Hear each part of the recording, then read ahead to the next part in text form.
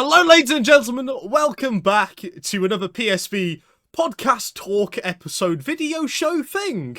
Not too sure what we are at the minute, but here, bright and early, lovely Friday morning as we're recording this. Yeah, it's so early. Honestly, it's just Yeah. gone the crack of 9 Crack of a.m. dawn. Yes, absolutely. But no. And the reason why we've decided to have it here on Friday for this little episode recording is because we're talking about something which I feel like we couldn't do without seeing the cars on track. And it's all down to the car that you're seeing on your screen at the minute. And it's not only this Alfa Romeo livery, it's also to do with this Ferrari car, which we're just going to real quickly jump to. Now, we've seen some one-off liveries so far this season. The McLaren, the Williams. I mean, even the Alfa Romeo at Spa. It's probably not the best example, but you get what I mean. Pink Alpine. Exactly. I mean, one off, two off. What's the difference? We've seen a few of them, but I feel like we've been treated to something this weekend with these two cars. Oh, I agree. Yeah, no, I think they're two very nice liveries. Obviously, Ferrari's livery celebrating the 24-hour Le Mans victory for Ferrari, which was very nice to see. Absolutely. Waited a long time for it. Who won the 24 hours of Le Mans? The former Formula One driver. Antonio Giovinazzi. Yes. The GOAT. An Italian winning in an Italian car. Imagine. Who knew it was possible, but somehow, the Italian celebrating an Italian winning in an Italian car around a French circuit didn't out-Italian the Alfa Romeo livery, which is they've gone full Italian. A special 1933 tribute, as you can see from a rear wing there. To be quite honest, I'm just very happy Kick's not plastered on the side of it, because, in my opinion, they've not only now got the best livery of the season, but also the worst one. Yeah, with Kick and that one, but that one is glorious. Keep it for the season. It's beautiful. Yeah. It's stunning. There's nothing more I would want in a livery. But this pulls us on to perhaps something which has been overlooked in recent races because of the liveries, especially the likes of the Williams one in Silverstone and the McLaren Chrome one in Silverstone, ignoring the Triple Crown one. But there is a bit of a curse to do with one-off liveries and performance. Mercedes Hockenheim comes to mind, because that was one of the funniest things, seeing the Mercedes Lewis Hamilton crew running around in their old outfits with their old hats on, trying to grab tyres and front wings for Lewis, and they couldn't do it. And then Bottas bins it a lap later. Lewis almost bins it and basically just calls it a day. He says he wants to retire. But he does end up getting a point from that race because of time penalties to both Alfa Romeos. I mean, realistically, it's not as if he needed the point that season, is it? But we have had the Friday Practice 1 session, and it doesn't look like the Alfa Romeo's anywhere near the pace, but it doesn't look like Red Bull's unbeatable so far. I could be completely wrong. By the time you're watching this, qualifying will be dawning upon us, and Max Verstappen could have just got a 2-second lead from opening a new window in his DRS. But only time's going to tell that. And so far, Carlos Sainz looks like he's not far off the pace, or at least challenging Perez. He's on it, definitely, that's for sure. Perez, I think Max's fastest time was set on the hardest set of tyres, so we haven't seen any soft running yet. Yeah, I know. It was set on the hards. But we haven't seen any sort of softer... Sorry to shatter your dreams as a Ferrari fan, but... It's fine.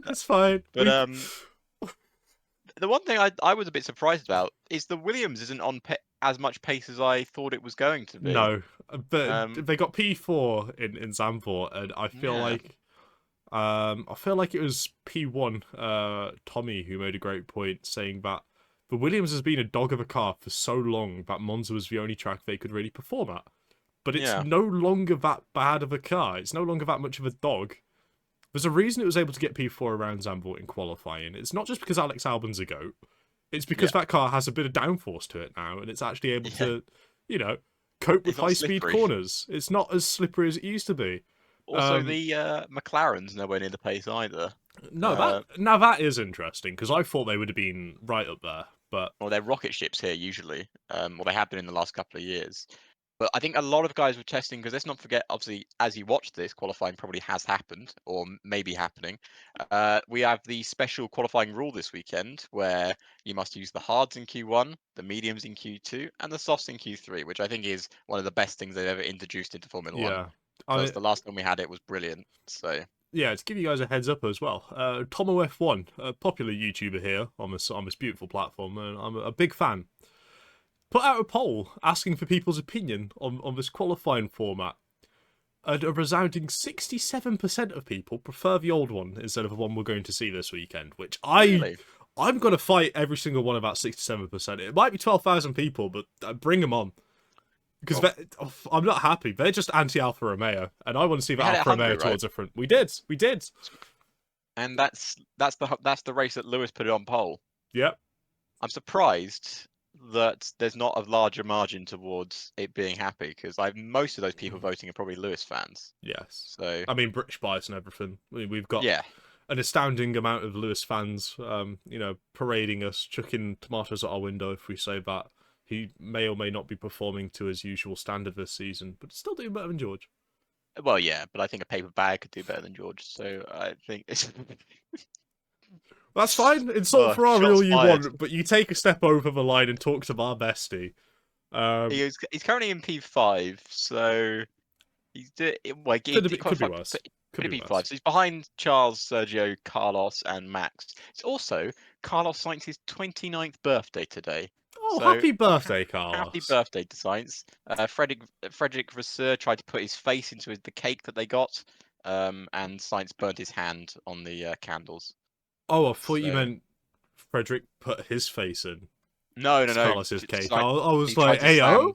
He tried to slam Carlos's face into the cake, and Carlos reacted in time, but burnt his hand on the lit candles. What a lovely way to say goodbye to your driver and send him off to Audi by burning him horrifically, trying to smash his face up. And only if 2 people talked about that. About the moves happening in 2020. Only if we had a video on the channel to do with contracts. I feel like you guys... Click this annotation here. Brother's pointing to the middle of the screen over here. Is that the middle screen? That one? That way? That way's the middle of the screen, mate. Yeah. I don't know. You're doing the annotation for this, so you know I could put one here. I could put one there. I could put one there. And I was only just told that. Yeah, exactly. Now you regret pointing. No, I'm not doing it. You regret it. But we've got the beautiful liveries. Let's pull them up one more time. Now, if I was to give this a star rating out of 5, it's a clear 5 for the Alfa Romeo. I don't care what you say. 5 stars. 5 star. It's clear, baby. It is beautiful. I would buy that livery and put it on my little Fiesta, and I wouldn't give a shit because it looks so damn good. It's beautiful. It's beautiful. And then the Ferrari livery, obviously, as a Ferrari fan, you don't mention it very often, but as a Ferrari fan, what's your thoughts on it? Because I think it looks better than the one they did last year. Because I really didn't like the yellow of last year's car. You're going to say you liked it because you're a Ferrari fan, but... Yeah, of course. No, wholeheartedly. I do wish we could see more yellow on the Ferrari car because it's a stagnant colour. To some, especially in the modern day with Ferrari, but it's historically one of the colours. And also something we don't have from this F1 graphic from the skin is they've also got a little logo on the wheel nub, that little wing guard they've got now to protect the brakes on the inside.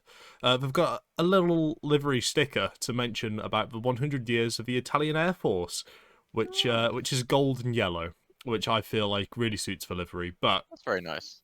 I wish we could go back to a day where the Ferrari was 50% red, 50% yellow, and then when we had these crazy one-off races, we could turn it white or blue again, because that livery was drop-dead gorgeous. What is your favourite custom livery?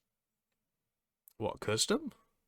Your favourite livery, like one-off livery that a team has done? Because I know mine. I would either have to say the orange McLaren from '99 that they used for testing, or the blue Ferrari from back in the day when we decided to run it as a one-off, because that was just a different ballpark of gravy. Now, I know you're going to say the Red Bull camo livery because you're generic, no, right? It's not the camo livery. Oh, okay. It is a Red Bull, but it's not a the Star camo Wars livery. one? Nope, it's the Turkey 2021, the white livery that they ran. Oh, the not Suzuka livery. Yeah. Interesting. Very interesting. The one they run at Turkey, which I think was really cool. I like the white suits and the Red Bull. I think it actually looked better than it does now with the Red Bull livery. But it's not hard. I think the Red Bull livery is just very basic nowadays. But yeah, I feel like if it was just a brighter blue, it'd get so much more popping.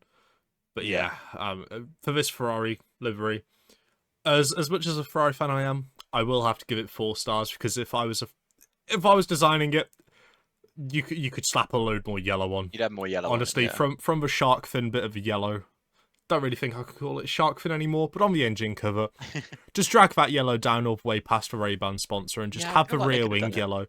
You could put the Ferrari. It's nice to have it thrown back to the a lacy rear wing with Ferrari on it.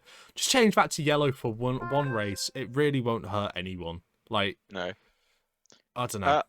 Now, you were mentioning before I think we're gonna go for a bit longer because we've only just talked about the liveries, but the couple more things we'll talk about Monza quickly. You mentioned the livery curse when certain drivers have special liveries on that doesn't end well for their races, but I think we should talk about the Monza curse, which over the past 2 years has been quite potent. So in 2019, Charles Leclerc won the Italian Grand Prix. 2020, he DNF from the race. The winner of that race was Pierre Gasly. Yep. 2021, Pierre Gasly DNF'd in the sprint race and the main race. Got the double and whammy. Then Daniel Ricciardo won in 2021. And then in 2022, Daniel Ricciardo DNF'd from that race on the last lap, mind you, and Max Verstappen went on to win the Italian Grand Prix.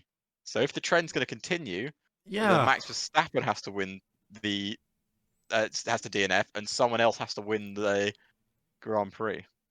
But I feel like this is going to be a talking point for a video coming out tomorrow to do with Max Verstappen and whether he's going to be able to break the record. So if you're interested in that, hit the subscribe button down below, hit the bell so you get notified. The bell should be down there. It's somewhere. It's somewhere there. Yeah, it's ding the bell. It's somewhere below us. It's shaped like a bell. It is indeed. And when you click it, it does a little animation and stuff. But and then it goes ring-a-ding-ding. Ring-a-ding-ding, and you'll get ring-a-ding-dinged for when we upload the video on Max Verstappen and whether he's able to break Seb's record and smash it out the park, because that'll be a fun one to have a conversation about with a Red Bull fan, I'm sure. But until then, I've been Josh. That's been Alex. Thank you very much for watching. And yeah, I'm not really sure what else to say other than hopefully Ferrari are able to win. I'm sure they will. Cope. Until then, until next time, strong. We'll see you tomorrow. Thank you very much all. Bye.